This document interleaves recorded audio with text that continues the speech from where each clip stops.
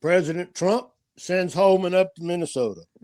He goes and sits down with Jacob Fry, and he sits down with Tim Walz. And here's the thing: you got to recognize both these guys are probably going to go to prison for the fraud that was committed in Minnesota. But outside of that, he goes and he sits down with them, and the primary agreement and all that we asked for, ICE asked for, is okay, you have a criminal alien in your jail.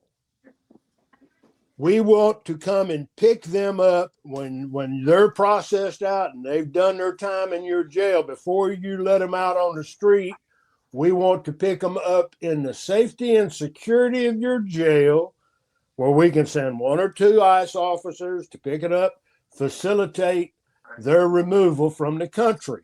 Sounds safe to me. Doesn't sound like you're having to go and bust down doors. But then here's the thing: not all of these criminals have already, been charged in their location. They're operating with whatever drugs or whatever they're doing, and they're not in the system. So if they're outside the system, but yet ICE knows where they are living, and if the sanctuary city says, okay, we will assist, and we'll send two of our local police officers and one unit with one of your ICE units to facilitate the removal from that property of one of these criminal aliens.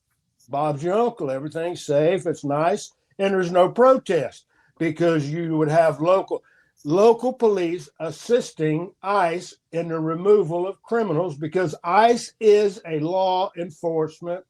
They're all law enforcement officers, just a different branch. Now, last night, and they had a big Mardi Gras celebration in D.C., and all these Louisiana politicians were all up there with Mr. Trump, and then there was a great D.C. event and entertainment.